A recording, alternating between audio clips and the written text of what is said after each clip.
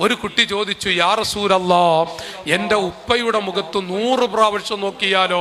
ഉടനെ തന്നെ മറുപടി 100 ഹജ്ജ, 100 ഹജ്ജ് ചെയ്ത പ്രതിഫലമാണ്. നമ്മൾ ചില്ലറക്കാരാണ്. മാതാപിതാക്കളുടെ മുഖത്ത് 100 പ്രാവശ്യം നോക്കിയാൽ 100 ഹജ്ജ് ചെയ്ത പ്രതിഫലം. അതാണ് ഉമ്മ, അതാണ് ഉപ്പ. നിങ്ങൾ ആലോചിച്ച് നോക്കൂ. അഷ്റഫുൽ ഖൽഖ് തങ്ങൾ പറഞ്ഞു, അൽ വാലിദു ഔസതു അബ്വാബിൽ ജന്ന, സ്വർഗത്തിന്റെ കവാടങ്ങളിലെ ഏറ്റവും പ്രധാനപ്പെട്ട ഒരു കവാടമാണ് നമ്മുടെ ഉപ്പ. ചില കുട്ടികൾക്ക് ഉമ്മയെ കുറിച്ചറിയാം, ഉപ്പയുടെ മഹത്വം തിരിയാതെ പോകുന്നുണ്ട്. ഉമ്മയെക്കാളും പച്ച പാവമാണ് ഉപ്പ. അതൊരു വല്ലാതെ ആഴത്തിൽ പറയേണ്ട ഒരു സ്ഥലമാണത്. ഞാൻ പറയുന്നത്, നമ്മുടെ ഉപ്പ അതിലേറെ പാവമാണ്.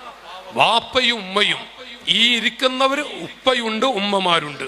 നമ്മൾ നെഞ്ചത്ത് കൈവച്ച് വിലയിരുത്തണം. നമ്മുടെ കുട്ടികൾ അങ്ങനെ വളരണോ? നമ്മുടെ കുട്ടികളെ കൊണ്ട് ഒരു സന്തോഷം.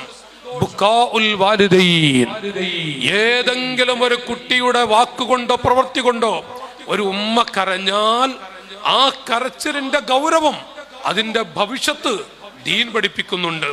എത്ര വൃത്തികെട്ടൊരു വാക്ക് പറഞ്ഞാലും പ്രവർത്തിച്ചാലും അതിന്റെ മുകളിൽ ഒരു വൃത്തികേടുണ്ട്. നേരെ മറിച്ച് ഏതെങ്കിലും